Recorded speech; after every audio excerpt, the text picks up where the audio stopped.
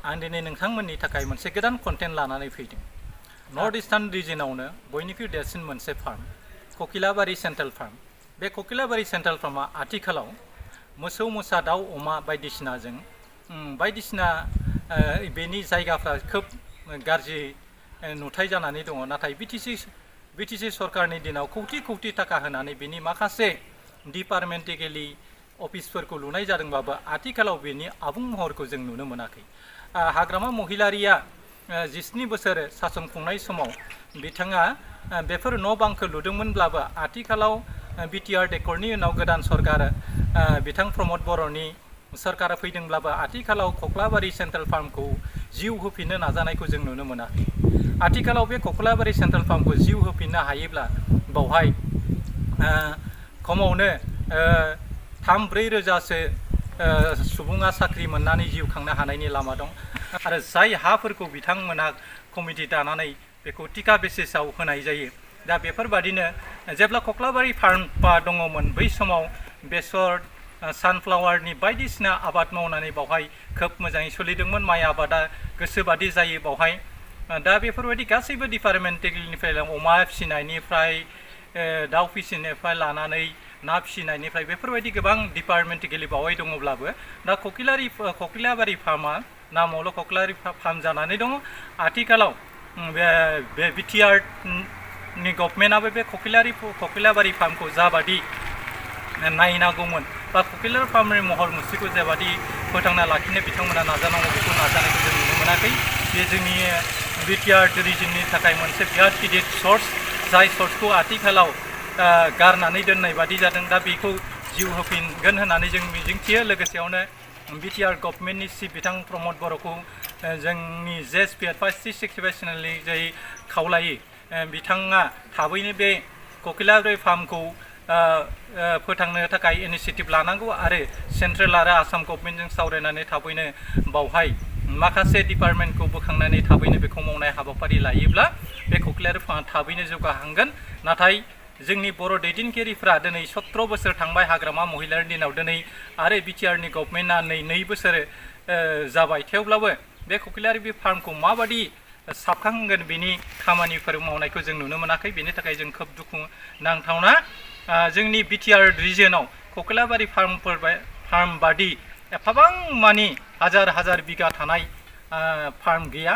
नाथाय बियो हाजार बिगा हानि फार्मब्लाबो आथिखालाव बेखौ टिका बेसिसाव होनानै माखासे सेक्सननि मानसिफ्रा बेनि नेट इनकामखौ जागासिनो थानायखौ नुनो मोनो। जुदि बिटिआर गभर्नमेन्टआ बेखौ लानानै प्रपार इउटिलाइजेसन खालामोब्ला बावहाय गोबां साख्रि गैयै सुबुंफोरखौ थिसननानै साख्रि मावनो हानायनि लामा दं। दा जों नोंथां नुनो मोनो बिटिआर गभर्नमेन्टनि उनाव Bodoland territorial council name of project, बेनिफ्राय setting up the model dairy and fishery horticulture farm training centre at Kokilabari in Baksa district 250 crore additional BTC package year 2012 आरो 13आव बिथांमोना 250 कौटि जोंनि बाक्सा डिस्ट्रिक्टनि जै होनाय जादोंमोन आरो बेखौ सेन्ट्रेल गभर्नमेन्टआ होनाय जादोंमोन आरो बिटिसिनिफ्राय 1146 लाख थाखाखौ पेकेज महरै बावहाय होनाय जादोंमोन। आरो जाय पेकेजनि जै माखासे थिकादारफ्रा बेफोर न' बांखौ लुना होनाय जादोंमोन। नाथाय लुना होनाय जादोंब्लाबो बेफोर न' बाङाव आथिखालाव मोसौ बोरमा बायदिसिनानि बाहा जानो मोन्दों। एफाबां मानि करोड़ थाखानि लुनाय न'फ्रा दिनै भुटनि बांला जानो हमदों। दा बेनिखायनो बिटिआर गभर्नमेन्टआ थाबैनो बिनि सायाव मोजां इनिसियेटिभ लायोब्ला खोब जौगाखांगोन होननानै जों मिजिं लानो हायो। दा जोङो बे ककिलाबारि फार्मनि माखासे नुथायफोरखौ जोंनि केमेरा पार्सना दिन्थिगासिनो दङ। दा आङो नोंथांमोननो गासै ककिलाबारि सेन्ट्रेल फार्मनि नुथायफोरखौ दिन्थिनो नाजानाय जादों। नै दा आङो ककिलाबारि सेन्ट्रेल फार्मनि मारा नाग्रा एबा गडाउन माखासे बिनि सिगाङाव 6 बिगासो मारा नाग्रा पाकानि सिमेन्टजों बिथा बानायनाय दङ। बावहाय बेसरनिफ्राय लाना माइनिफ्राय लानानै बायदिसिना आबादफोरखौ लाबोनानै ट्रेक्टरजों मारा होनाय जायोमोन आरो माखासे मुवा बेसादफोरखौ बस्थायाव सोनानै नै बेफोरबादि गुदामाव दोननाय जायोमोन। बेफोरबादिनो गोबां गुदामा दं। आथिखालाव ककिलाबारि सेन्ट्रेल फार्मनि नुथायखौ नोंथाङा माबादि नुदों बे ब्लगनि गेजेरजों? बावहाय मोसौ मोसा बायदिसिना मुवा बेसादफ्रा बावहाय दा गलि बादि जानानै दं, बोरमाफ्रा बावहाय खियो हासुयो। नाथाय कक्लाबारि फार्मखौ आथिखालाव बिटिआर सरकाराबो बेखौ गोदान जिउ होनो थाखाय थिरांथा लानाय हाबाफारिखौ जों नुनो मोनाखै।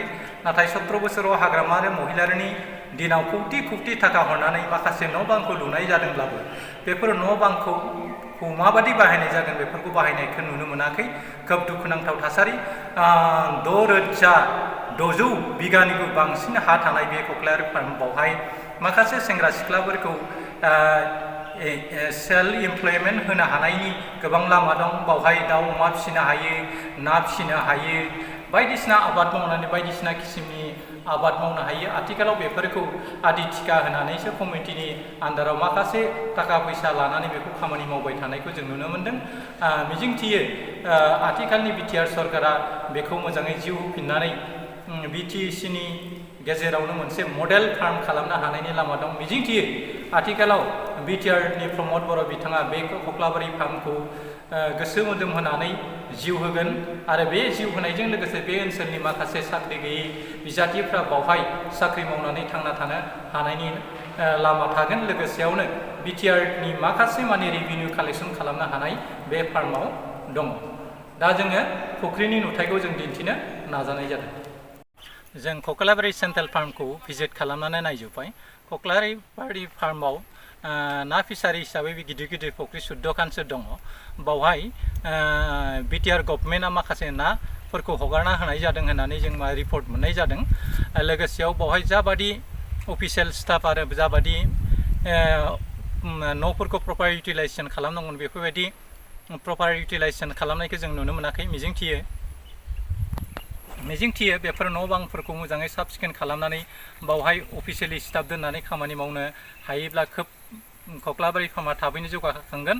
लोगोसेयावनो मिजिंथिबाय जोंनि आथिखालाव बिटिआर गभर्नमेन्टआव थानाय EM GM आरो चिफफ्रा बिनि सायाव मोजां इनिसिएटिभ लानानै बावहाय बेखौ फोथांफिननानै खामानि मावनो हायोबा बावहाय गोबां मानसिफ्रानो साख्रि मावनानै जानो हागोन होननानै जों मिजिंथियो। लोगोसेयावनो दिनैनि बे कक्लाबारि फार्मनि सोमोन्दै ब्लग खालामनायखौ आं बेखिनियावनो फोजोबनो नाजाबाय। लोगोसेयावनो आंनि चेनेलाव जायफ्रा गोदान बिथांमोनखौ आंनि चेनेलखौ लाइक आरो शेयार खालामनो थाखाय खावलायनाय थाबाय। लोगोसेयावनो जायफ्रा आंनि चेनेलाव गोदान बिथांमोनखौ साबस्क्राइब खालामना लानो थाखाय खावलायनाय थाबाय।